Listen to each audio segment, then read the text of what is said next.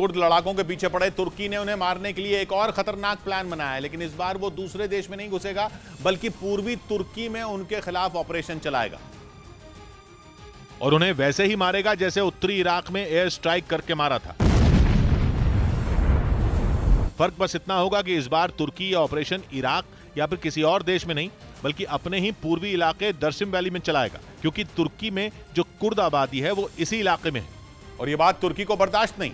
तुर्की Kurd लड़ाकों को आतंकवादी बोलता है, क्योंकि कुर्द लड़ाकों के संगठन कुर्दिस्तान वर्कर्स पार्टी ने 1984 से तुर्की के खिलाफ हथियार उठा रखे हैं। तुर्की के पूर्वी इलाके की दर्सिम वैली में दुनिया भर की कुर्द आबादी की करीब 18% लोग रहते हैं। इसी वजह से तुर्की वहां उन्हें खत्म करने के लिए ऑपरेशन चलाएगा। अपनी सेना के 500 से ज्यादा सैनिकों को दर्सिम वैली भेजेगा। कुर्द समुदाय के लोग पूर्वी तुर्की, उत्तरी सीरिया, उत्तरी इराक, ईरान और अर्मेनिया के कुछ हिस्सों में रहते हैं और दावा किया जाता है कि दुनिया में इनकी आबादी करीब 4 करोड़ है और इन लोगों की मांग है कि उनका अपना एक अलग देश हो जिसका नाम कुर्दिस्तान रखा जाए, लेकिन ऐसा नहीं हो पा रहा है और इस समुदाय के लोगों को अलग अलग देशों के अलग अलग हिस्सों में रहना पड़ रहा है, जिनमें तुर्की और इराक जैसे देश भी शामिल हैं।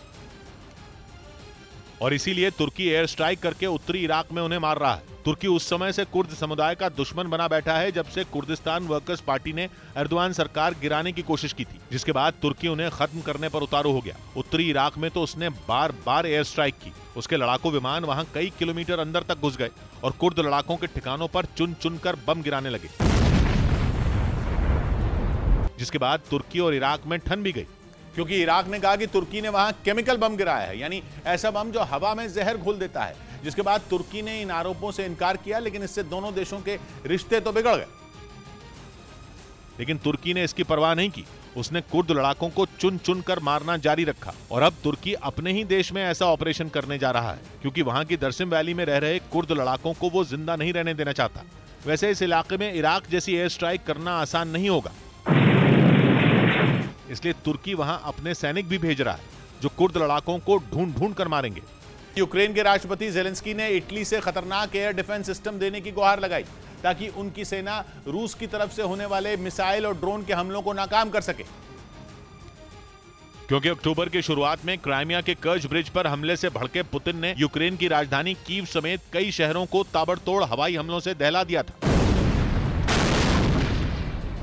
पश्चिमी मीडिया ने दावा किया था कि रूस ने इन हमलों में अपनी घातक मिसाइलों के साथ ही ईरान से मिले शाहिद 136 आत्मघाती ड्रोन का इस्तेमाल किया था, जिनसे हुए धमाकों ने ऐसी तबाही मचाई कि पूरा यूक्रेन करा उठा था। यूक्रेन का आरोप है कि इन हमलों में रूसी सेना ने रिहायशी इलाकों को भी निशाना बनाया था, जिसमें कई लोगों को जान गंवानी पड़ी। इसीलिए ज़ेलेंस्की ने रूसी मिसाइलों और ड्रोन के हमलों से बचने के लिए इटली से घातक एयर डिफेंस सिस्टम SAMP-T देने की मांग कर दी। We really will appreciate if they can help us with it. Zelensky को उम्मीद है कि इटली से ये एयर डिफेंस सिस्टम मिलने पर उनकी सेना की ताकत कई गुना बढ़ जाएगी, जिसे इटली ने फ्रांस के साथ मिलकर तैयार किया है और इन दोनों देशों की सेनाएं 2011 से ही इसका इस्तेमाल भी कर रही हैं। क्योंकि इस ताकतवर सिस्टम को किसी भी शहर या बड़े इलाके को दुश्मन के हवाई हमलों से महफूज रखने के लिए ही तैयार किया गया है। इसकी इंटरसेप्टर मिसाइल अपने टारगेट को बड़ी आसानी से हवा में ही तबाह कर देती है। ये नीचे उड़ान भरने वाली क्रूज मिसाइल और ड्रोन के साथ ही ऊंचाई पर उड़ान भरने वाली बैलिस्टिक मिसाइल को भी बेदम करने की ताकत रखता है और इसका रडार दुश्मन पर 360 डिग्री मतलब चारों दिशाओं से नजर रख सकता है। इस एयर डिफेंस सिस्टम से दागी गई इंटरसेप्टर मिसाइल करीब 5000 किलोमीटर प्रति घंटा की रफ्तार से टारगेट की ओर बढ़ती है। हालांकि इससे पहले भी अमेरिका ने यूक्रेन को NASAMS एयर डिफेंस सिस्टम दिए थे, जिसे ज़ेलेंस्की ने कीव की सुरक्षा में तैनात किया था। लेकिन खबर है कि अमेरिका का ये एयर डिफेंस सिस्टम यूक्रेन के शहरों को पुतिन की मिसाइलों से नहीं बचा पाया था।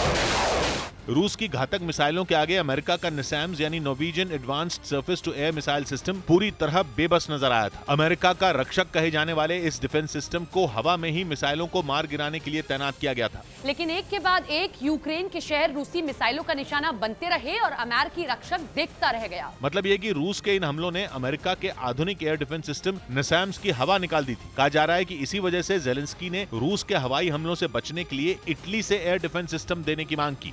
दिल्ली के अलीपुर से रोंगटे खड़े कर देने वाला एक वीडियो सामने आया। वहां मामूली विवाद पर एक कार सवार ने कई लोगों को कुचल दिया।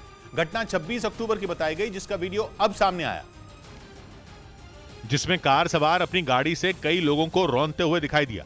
इसके बाद तो अफरा तफरी मच गई। लोग घायलों की मदद के लिए फौरन पहुंच गए।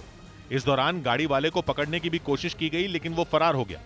बताया गया कि मोटरसाइकिल सवार और कार सवार के बीच कहासुनी हुई, जिससे भड़के हुए गाड़ी सवार ने उसे टक्कर मार दी।